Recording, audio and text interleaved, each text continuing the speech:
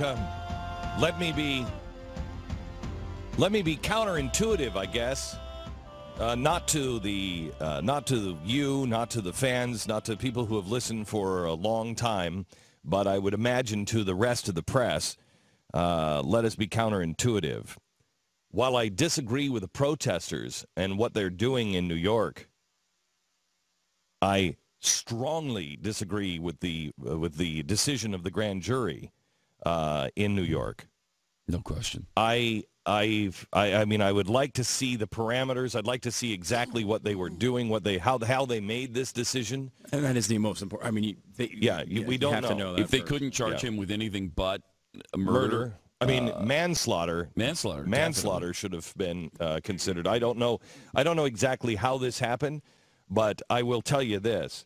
The decision of the grand jury in New York on the death of Eric Garner. Here's a guy who was not resisting arrest, was not being a jerk. The video is very, very clear. The police put him in a chokehold, threw him down. Against department policy, by the way. Right. He has a heart attack and dies. Now, did they? And he's crying out the whole time. I mean, it's just heart-wrenching to hear him say, I can't breathe. Please, I can't breathe, over and over. And then he just goes limp. It's just really disturbing. How this cop did not go to jail, it was not held responsible, is beyond me. Well, that's not even indicted. Yeah, he's not even indicted. That's not right. I think you got to get to a trial. There's a lot more questions that come up at that point. But should he have been indicted? It seems that way. The New York Times is ridiculous. New York Times is saying the jury's rationale was not made public.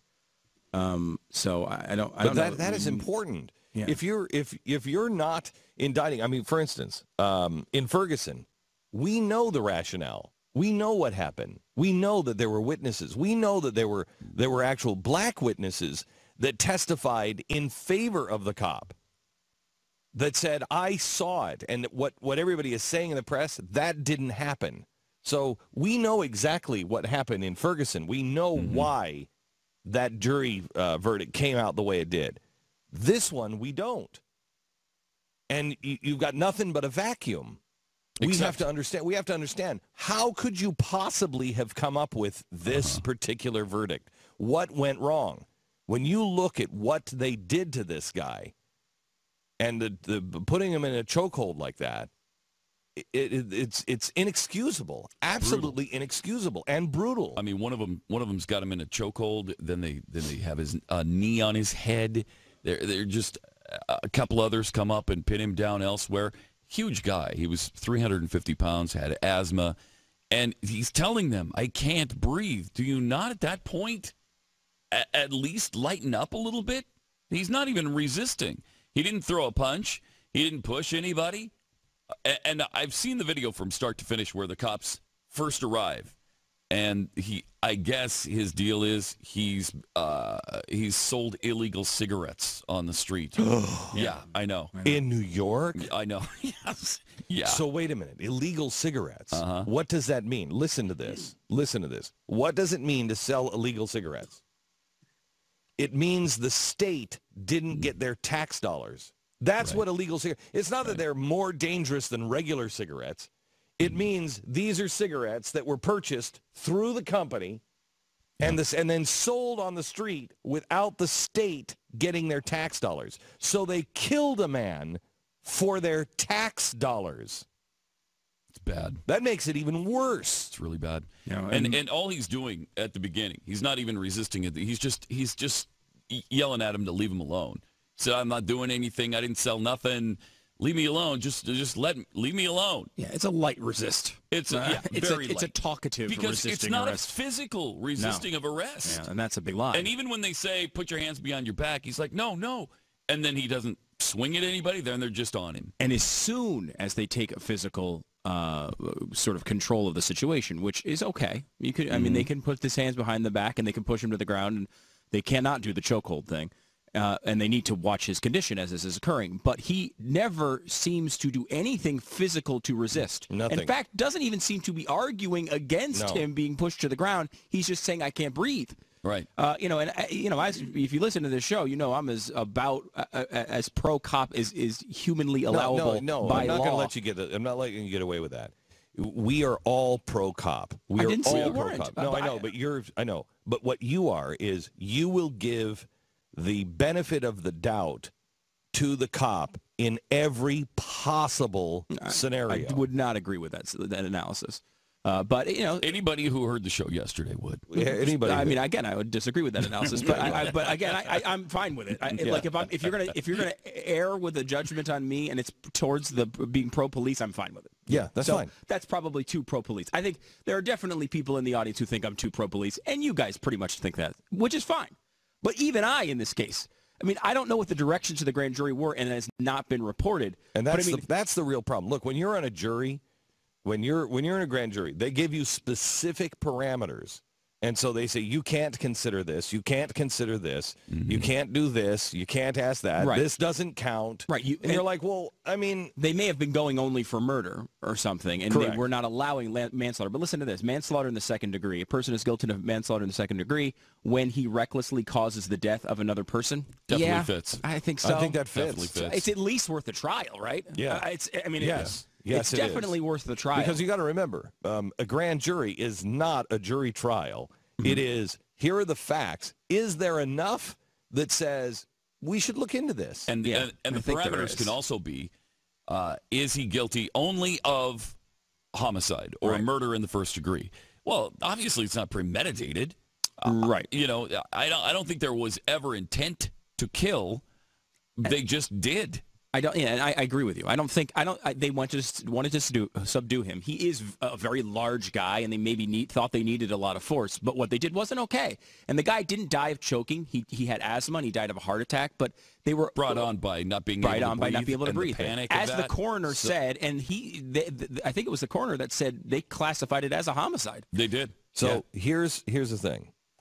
If you were in New York and you were there for the lighting of the tree,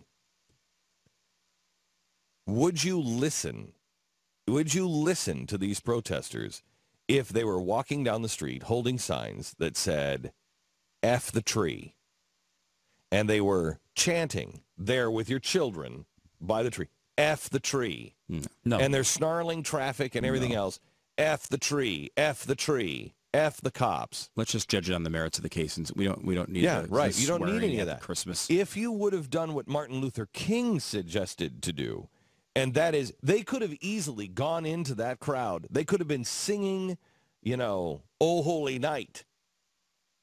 And people would have said, what is this? What is this? Yeah. They're closing it down, and they're sitting in the center of the street, and they're singing Oh Holy Night.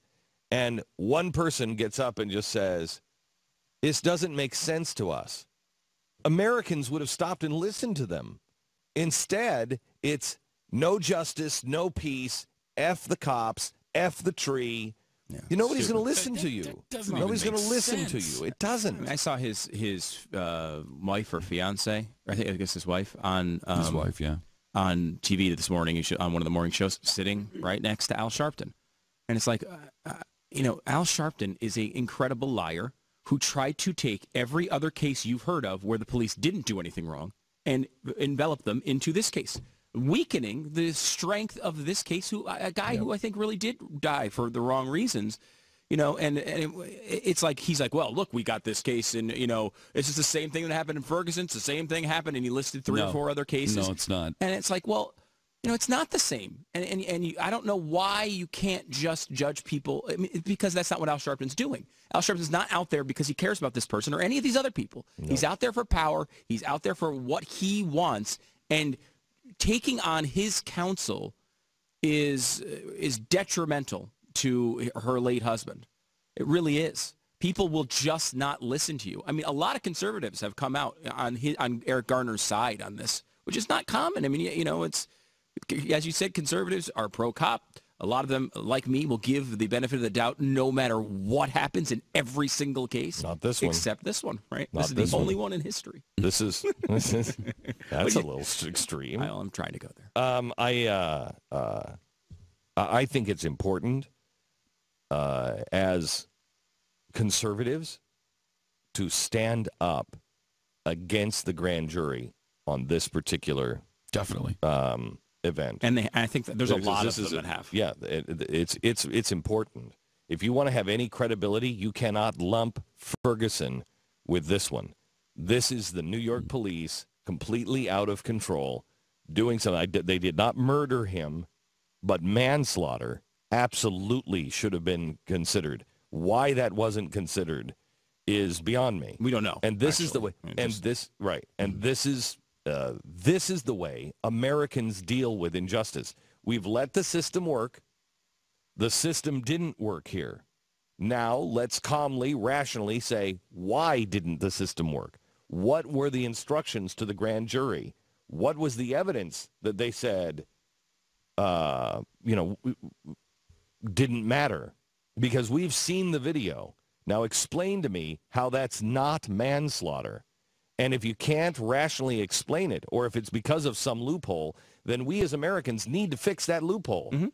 We need to figure out what it is, but we need to do it without saying F the tree. Yeah. Hopefully we're able to fix this case because there are other avenues that can go down. But if not, the next one needs to be fixed. I mean, this isn't right. We don't shut cities down. We don't burn donut shops, and we don't destroy cars. That's what we don't do. Can we burn Little Caesars? No, we can't. No. If they're offering pizzas at that price, that's not right. We should burn